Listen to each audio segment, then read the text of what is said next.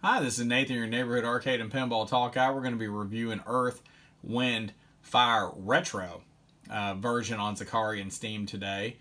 Please look for our review under the description of our YouTube video, as well as like and follow us on social media on Arcade and Pinball Talk under Facebook groups, Instagram, Twitter, as well as click that red subscribe button down below if you like arcade, if you like virtual pinball, if you like regular pinball. We're your cup of tea. Click subscribe, follow us, let's have some fun together. Let's get this review underway, shall we?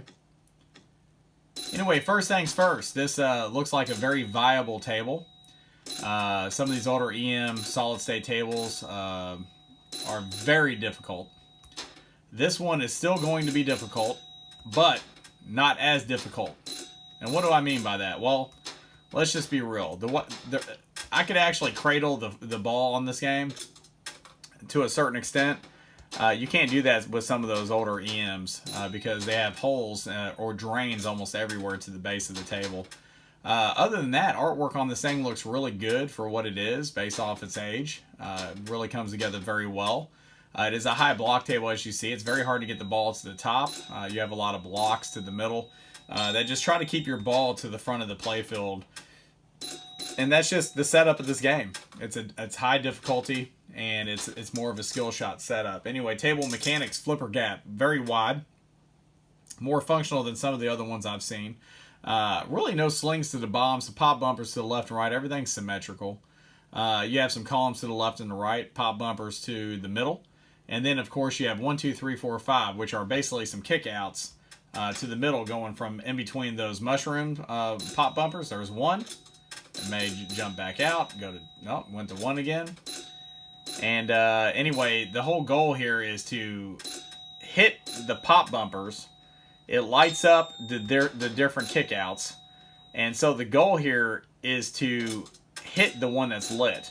And as you notice, the more the pop bumpers are being hit in certain order, the more it moves. So that's just something to keep in mind to add a little bit more to the difficulty of this table, not being difficult already at this point.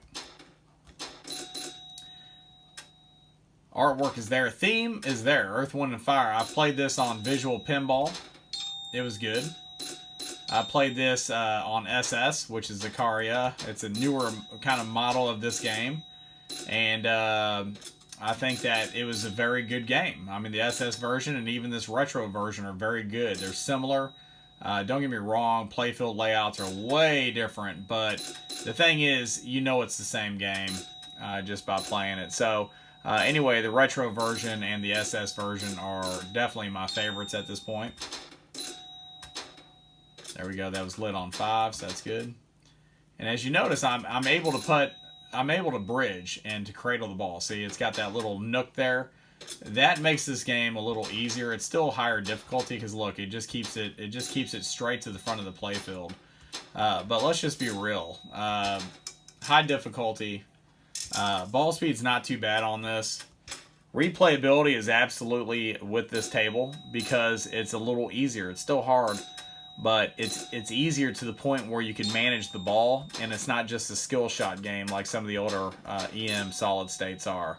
So this game, actually, most people will be able to play this, from kids to whatnot. And don't get me wrong, that flipper gap is definitely not something to blink an eye at. It's going to be harder to keep the ball in play.